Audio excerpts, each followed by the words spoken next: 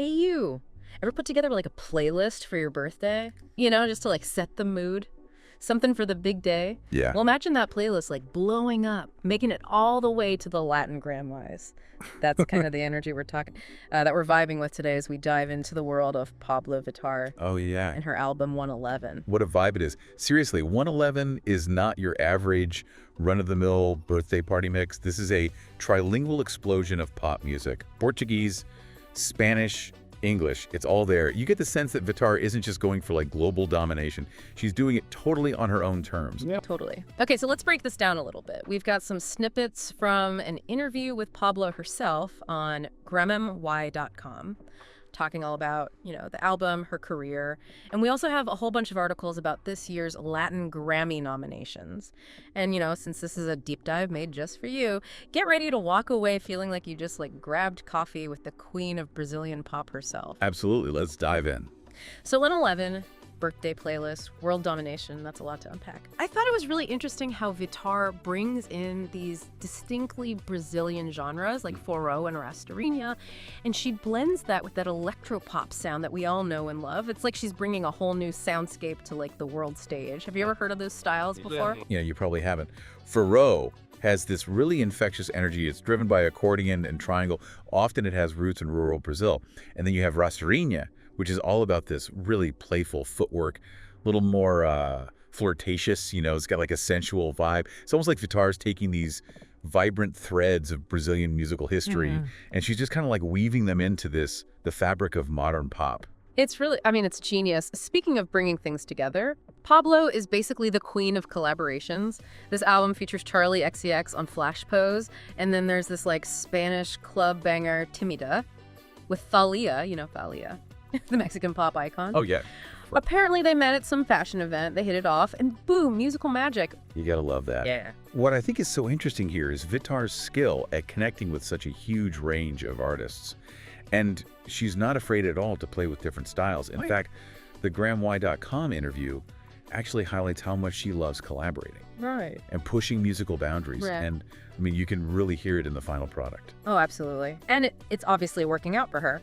This is not her first time at the Latin Grammys. Back in 2018, she made history as the first drag queen to ever be nominated for a Latin Grammy for her work on Suacara with Major Lazer. Wow. And her career has just exploded since then. Wow. Did you know she actually has more Instagram followers than RuPaul? It's true. Vittar has such a unique and powerful voice, musically and culturally. And she's really using that platform to speak to the LGBTQ community, especially in Brazil, where you might know that community has faced, a lot of adversity. Yeah. It's inspiring to see her embrace that role. Yeah. And using her platform to advocate for change. It really is incredible, to see someone like Pabllo Vittar, this vibrant, talented artist, and she just refuses to be silenced. And it reminds me of how much the Latin Grammys themselves have evolved. They've become this incredible platform for such diverse voices.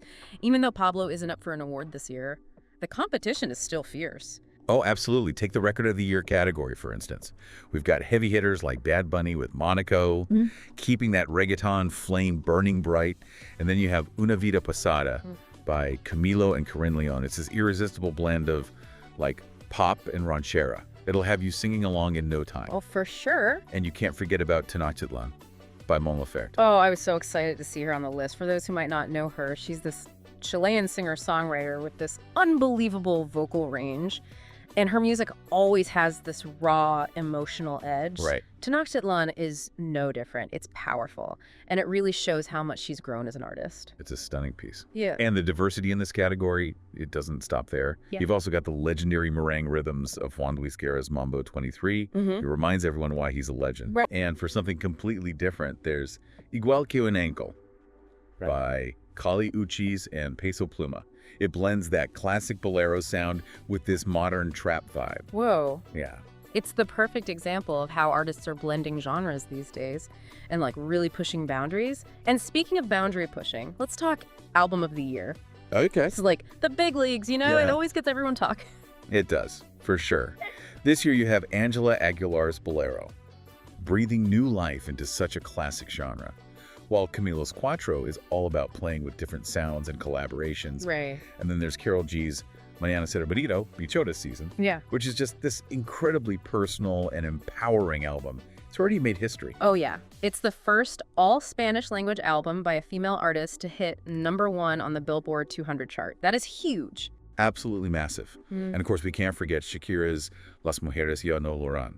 It's a deeply personal album where she takes her heartbreak and turns it into these powerful anthems. Wow. It just goes to show you, Latin music today is about more than just catchy tunes. It's about stories, emotions, and moving the culture forward. It really is. It's amazing, isn't it? This new generation of Latin artists, they're really taking over the world. But they're also like really staying true to themselves, their cultures, their struggles, their joys, Yeah.